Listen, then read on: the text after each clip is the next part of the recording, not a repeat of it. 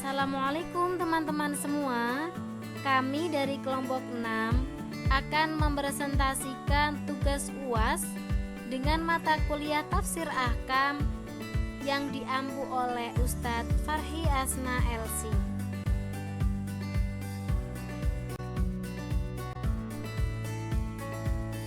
Sebelum kita masuk pada bab yang akan dibahas, marilah kita simak Surat Al-Maidah ayat 6 yang artinya, dan jika kamu sakit atau dalam perjalanan atau kembali dari tempat buang air atau menyentuh perempuan, lalu kamu tidak memperoleh air, maka bertayamumlah dengan tanah yang baik atau bersih. Sapulah mukamu dan tanganmu dengan tanah itu.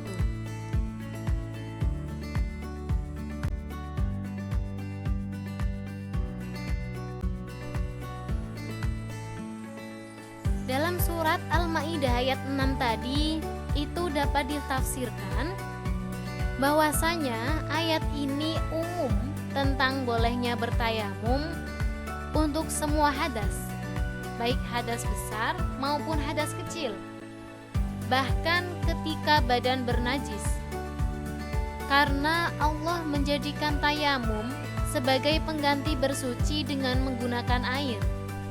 Namun menurut jumhur ulama, tayamum tidak ditunjukkan jika badan bernajis, karena susunan ayat ini berkenaan dengan hadas.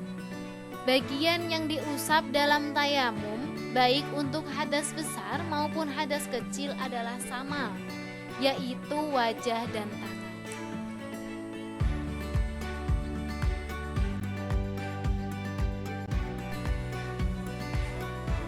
Dalam tafsiran Quran Surat Al-Maidah ayat 6 yang sudah dijelaskan tadi, itu terdapat perbedaan ulama, yaitu Imam Ibnu Katsir tatkala mengulas redaksi tentang famsahu biwujuhikum wa aydikum itu menjelaskan, ulama berbeda pendapat mengenai tata cara tayamum yang benar. Salah satunya itu terkait jumlah pukulan dalam tayamum. Pendapat yang pertama yaitu pendapat Imam Syafi'i yang mengharuskan adanya 2 pukulan, yakni 1 untuk wajah dan 1 untuk kedua tangan. Pendapat yang kedua yaitu pendapat Imam Ahmad yang memperbolehkan adanya 1 pukulan saja, yakni debu bagian jari untuk wajah, sedangkan bagian telapak tangan untuk tangan. Penjelasan ini diambil dari kitab Tafsir Ibnu Katsir, juz 2, Shahifah 319. Adapun Imam Al-Qurtubi itu menyebutkan, di antara ulama yang meyakini wajibnya 2 pukulan adalah Imam Syafi'i, Abu Hanifah, Al-Auza'i, Al-Thawri, Al-Lais, dan Ibnu Abi Salamah. Sedangkan yang meyakini cukup 1 pukulan saja diantaranya Imam Ahmad Ibnu Hanbal, Malik, Ishaq, Dawud, dan At-Tabari. Dikutip dari kitab Tafsir Al-Jami' li Ahkamil Quran, juz 5, Shahifah 215. Nah, dalam salah satu riwayat yang menyebutkan adanya jumlah pukulan dalam tayamum itu ada 2 macam, dan menjadi dasar pendapat yang pertama adalah riwayat Jabir ibnu Abdullah yang berbunyi, at-tayamumu darbatun lil wajhi wa darbatun liyadaini ilal mirfaqaini, yang artinya tayamum adalah 1 pukulan untuk wajah dan 1 pukulan untuk kedua tangan sampai siku. Hadis riwayat Al-Baihaqi dan selainnya. Sedangkan riwayat yang menyebutkan jumlah pukulan dalam tayamum cukup dan menjadi dasar pendapat yang kedua adalah riwayat Ammar ibnu Yasir. yaitu at-tayammumu durbatun lil wajhi wal kaffain, yang artinya tayamum adalah satu pukulan untuk wajah dan kedua tangan. Hadis riwayat Ad-Daruqutni dan selainnya. Sekarang kita akan masuk pada bab yang pertama, yakni pembahasan ta'rifuhu, definisi tayamum.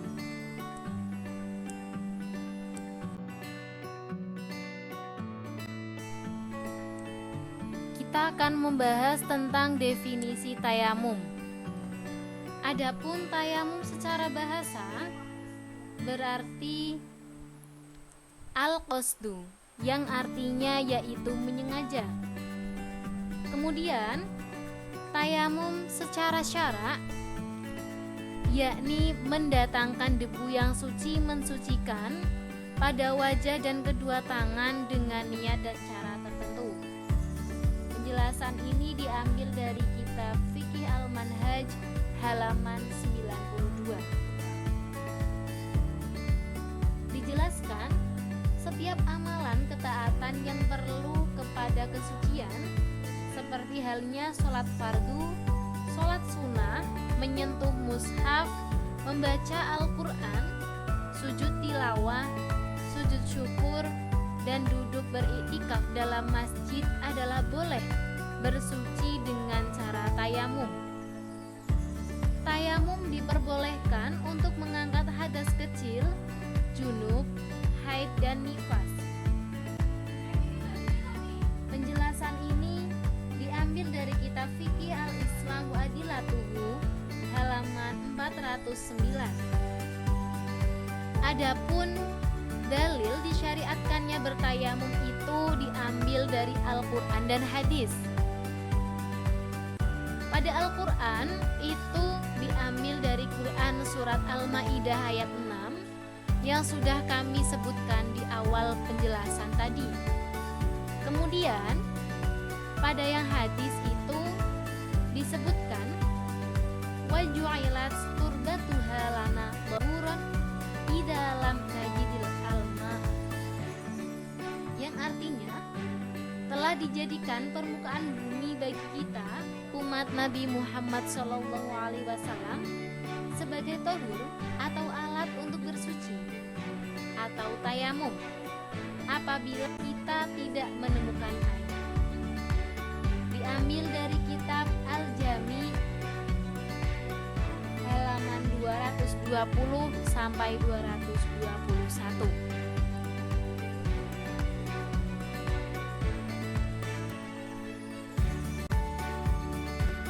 Kita akan masuk pada bab yang kedua, yakni sebab-sebabnya tayamum.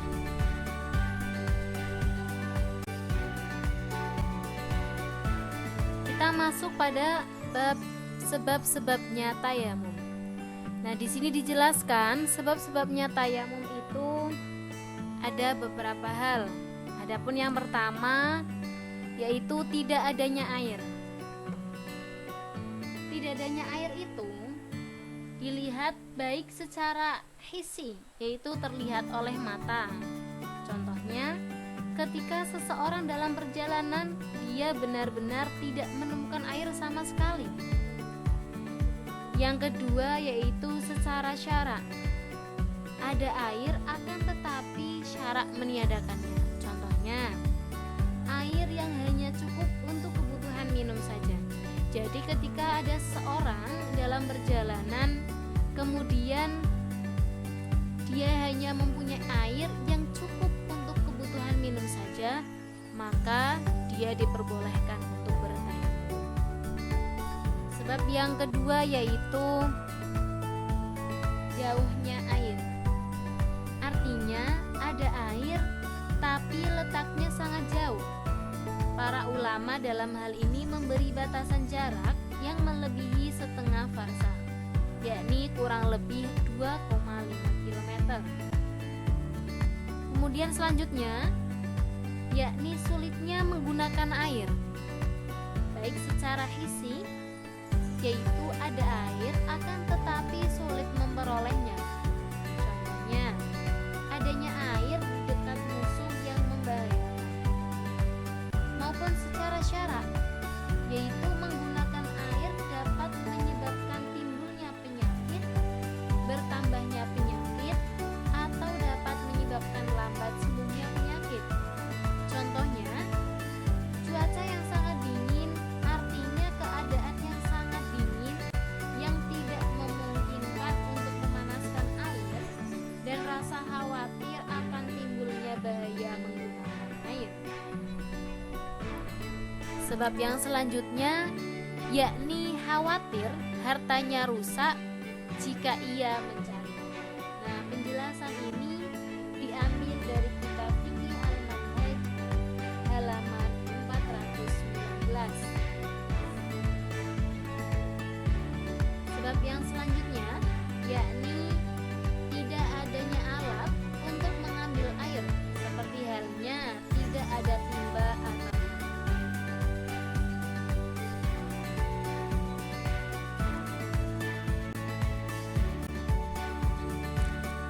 syarat-syarat tayamum. Adapun syarat yang pertama yaitu mengetahui masuknya waktu sholat. Cara yang afdal adalah melewatkan tayamum hingga ke akhir waktu. Jika ada harapan akan keberadaannya air. Jika tidak ada harapan, maka disunahkan bertayamum di awal waktu. Kemudian syarat yang kedua yakni mencari air setelah masuknya waktu sholat. Di sini para ulama Syafi'i menggantungkan keutamaan menunggu waktu. Jika memang yakin akan adanya air di akhir waktu. Jika ragu atau syak atau hanya ada sangkaan bahwa air mungkin akan ada di akhir waktu, maka menurut pendapat yang zahir lebih baik mendahulukan tayamum. Syarat yang selanjutnya yakni adanya debu yang mengandung bubar, dalam bahasa Jawa yaitu bledug. Kemudian syarat yang keempat yakni menghilangkan najis terlebih dahulu. Jadi ketika bertayamum kemudian terdapat najis pada anggota yang ditayamumi, maka wajib menghilangkan najis terlebih dahulu kemudian baru tayamum. Syarat yang terakhir yakni berijtihad menghadap kiblat sebelum tayamum.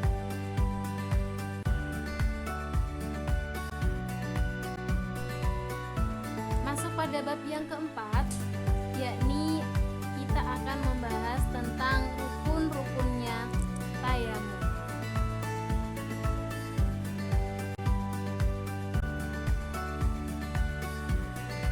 Rukun-rukunnya tayamum. Adapun rukun-rukunnya tayamum yang pertama yakni niat. Niat dalam tayamum itu ada dua tempat. Yang pertama awalul hakiki, yakni niatnya itu ketika memindahkan debu atau mengambil debu.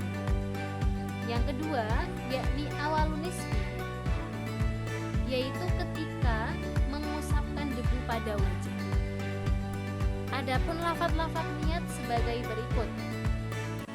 Yang pertama, niat tayamum secara umum atau boleh mengerjakan sholat, tawaf, membaca Al-Quran dan sebagainya sebagai berikut. Nawaitu istibahata muftirun ila tuhrin lillahi ta'ala. Niat yang kedua yaitu niat tayamum untuk mengerjakan sholat wajib dan kesunahan-kesunahan yang lain. Niatnya yaitu nawaitu tayamuma listibahati fardis sholati lillahi ta'ala. Lanjutkan niat tayamum yang ketiga yaitu untuk mengerjakan sholat sunnah dan tidak sah untuk melaksanakan sholat wajib, yaitu nawaitu tayamuma listibahati fardhi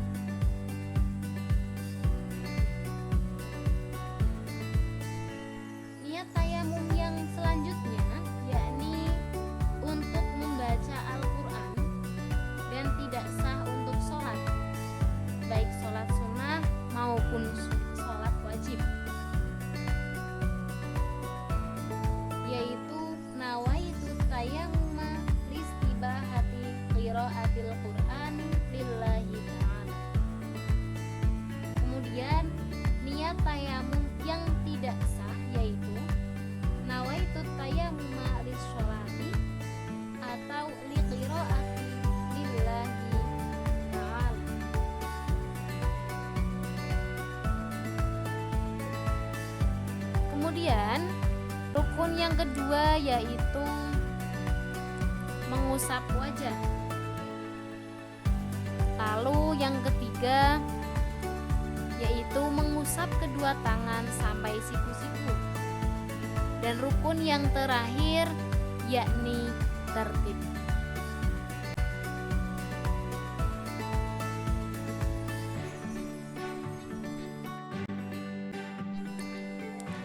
Pada bab yang kelima ini, kita akan membahas tentang sunah-sunahnya tayamum.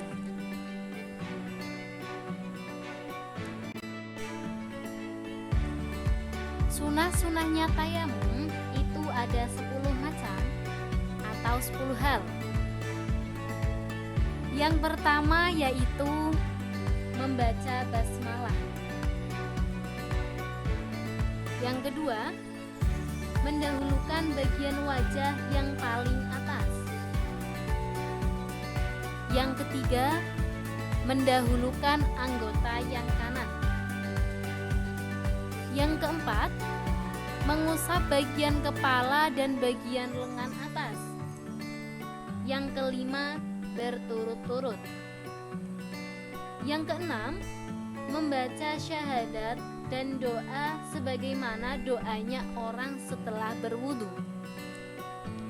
Yang ketujuh, menipiskan debu dengan cara mengibaskan telapak tangan atau meniup debu yang ada pada telapak tangan. Yang kedelapan, yakni merenggangkan jari-jari tangan ketika memukulkan tangan pada debu. Yang kesembilan, bagi orang yang memakai cincin itu disunahkan untuk melepas cincin ketika pukulan yang pertama atau untuk mengusap wajah. Sedangkan melepaskan cincin ketika pukulan untuk mengusap tangan hukumnya wajib. Kemudian yang terakhir yaitu melakukan semua sunnah wudhu yang mungkin dilakukan kecuali mengulanginya 3 kali usaha. Penjelasan ini diambil dari kitab Hasyiah Al-Bajuri Shahifah 181 sampai 182.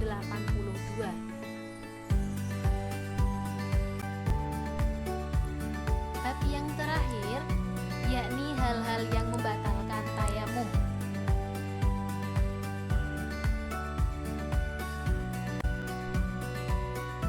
Hal-hal yang membatalkan tayamum itu ada 4. Yang pertama yaitu sesuatu yang membatalkan wudhu juga membatalkan tayamum. Yang kedua, ditemukannya air setelah tidak adanya air, karena tayamum sebagai pengganti dari air. Di sini dijelaskan apabila seseorang menemukan air setelah selesai melaksanakan sholat, maka sah sholatnya dan baginya tidak wajib. Jika orang tersebut melihat air sesudah sholat dan dia bukan musafir atau hadir, maka dia tidaklah mengulangi sholatnya. Demikian juga sah sholatnya apabila menemukan air pada saat sholat dilaksanakan. Akan tetapi yang lebih utama adalah memutus sholat atau membatalkan sholat lalu berwudu dan mengulangi sholat. Dijelaskan jika dia melihat air ketika sedang sholat. Jika dia adalah seorang yang bukan musafir atau bermukim, maka tayamum dan sholatnya menjadi batal, sebab dia harus mengulangi sholatnya karena adanya air. Kemudian hal-hal yang membatalkan tayamum selanjutnya yaitu mampu kembali menggunakan air bagi orang yang tayamum karena sakit dalam menggunakannya, baik secara hisan ataupun syara. Yang terakhir yaitu murtad, ketika seseorang itu keluar dari agama Islam, itu berarti dia murtad.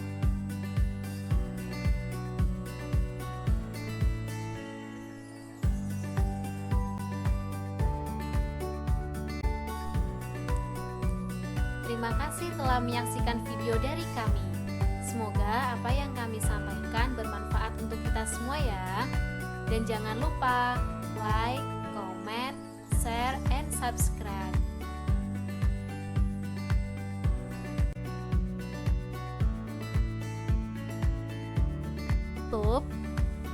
Kami mengucapkan terima kasih kepada Ustadz Farhi Asna LC yang telah membimbing kami selama 1 semester ini. Dan kami meminta maaf apabila dalam video yang kami buat terdapat banyak kekurangan dan banyak kesalahan. Cukup sekian dari kami. Wassalamualaikum warahmatullahi wabarakatuh.